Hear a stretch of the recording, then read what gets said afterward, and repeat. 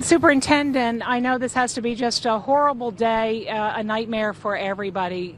Tell me what you know at this point. Well, first, I can't tell you that we can't do anything other than put our prayers out for the families, the students in the school, and this community. It's just a heartbreaking tragedy. What we do know at this point is that every single law enforcement entity in Broward County is on the scene, including the FBI. There are fatalities that are involved. We can't confirm the number at this point. I am in communication with Sheriff Scott Israel. I'm going to meet with him now. Have been in communication with the governor.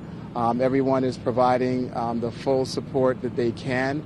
Unconfirmed reports now, but we believe that the shooter has been apprehended. And so we're trying to just work through all the details at this point. Can you tell me the scenario we're hearing is this former student entered the freshman building? Is that your understanding? I don't know the details of where the student entered, but we do know that it occurred during dismissal time. And yes, it is potentially some former student. Don't have a name yet. I can't release any information to you. But that individual, we believe, is in custody at the moment. We hear a high number of casualties. Are you getting any indication from the sheriff just how many people may have died? Can't confirm the number at this point, but there are fatalities involved here. Can you tell us at least how many transports? Do you know maybe a dozen? I don't know the number that's been transported at this point, but again, there are numerous fatalities. It's a horrific situation. It's just a horrible day for us. And we got reports of multiple shooters. Can you confirm that?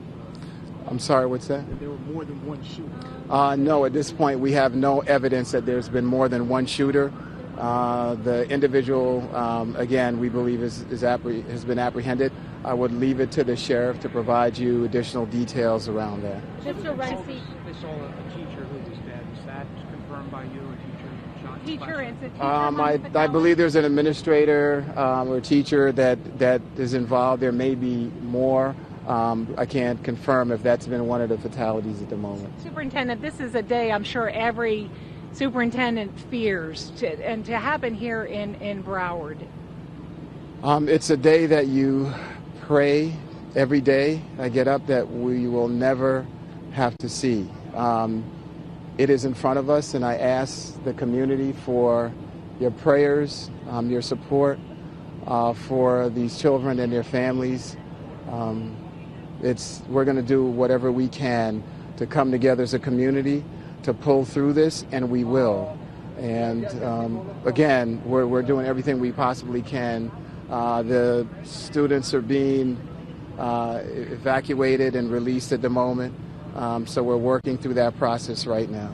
Are you aware of any indication, any warning, any hint that the students could have been planning? We've received no warning, no indication, but again, there's going to be a thorough investigation. Typically, you see in these situations that there potentially could have been signs out there. I would be speculating at this point if there were, but we didn't have any warnings. There weren't any phone calls or threats that we know of that were made. Superintendent, there's so many parents that are afraid to send their kids to school. What would you tell them out there?